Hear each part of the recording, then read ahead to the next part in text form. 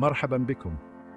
إذا ما كنت من محبي الأكلات البسيطة واللذيذة، فهذه الوصفة العراقية للبامية تناسبك تماما.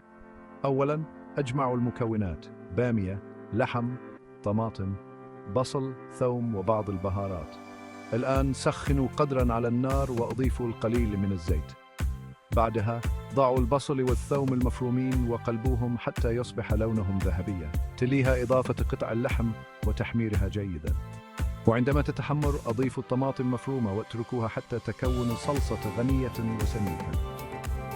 الآن دور نجمة الوصفة، البامية. قصوا أطرافها ثم أضيفوها إلى القدر.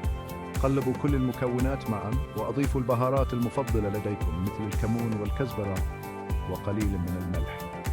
اسكبوا بعض الماء أو المرق واتركوه ليغلي، ثم خففوا النار واتركوه على نار هادئة لمدة 45 دقيقة تقريبا.